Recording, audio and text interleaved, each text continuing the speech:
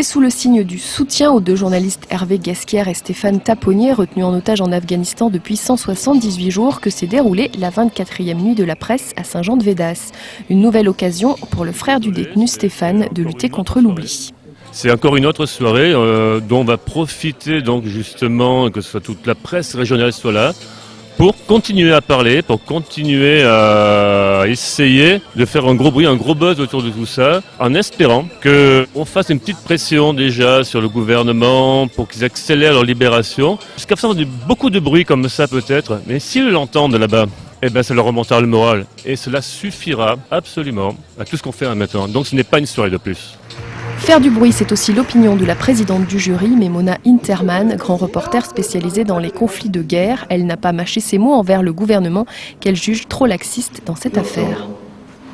Il faut faire du bruit.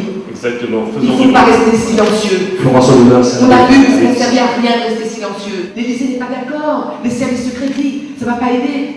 On en est où 6 mois après? Zéro.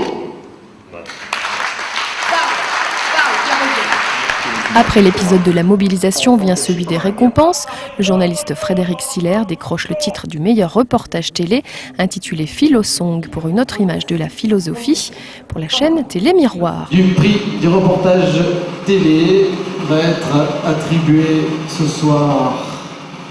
Philosong, Télé Miroir, pour une autre image de la Frédéric Siller. Frédéric.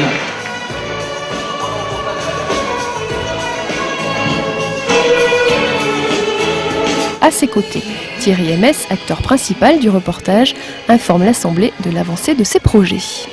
Alors, pour vous dire que lors des délibérations du jury, avec toutes les personnalités de la société civile, sa méthode a vraiment beaucoup fait d'enthousiasme et a fait énormément parler le jury. Et c'est eux vraiment qui ont insisté, qui ont dit il faut qu'il soit là ce soir pour nous en dire un mot. Il y a un deuxième volume qui va paraître.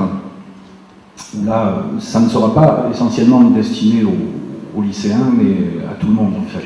Une nuit de la presse qui aura récompensé au total 7 journalistes dans 7 catégories, allant du meilleur article de presse en passant par le reportage audio ou encore le reportage télé, donnant à chacun des candidats un coup de pouce pour leur carrière.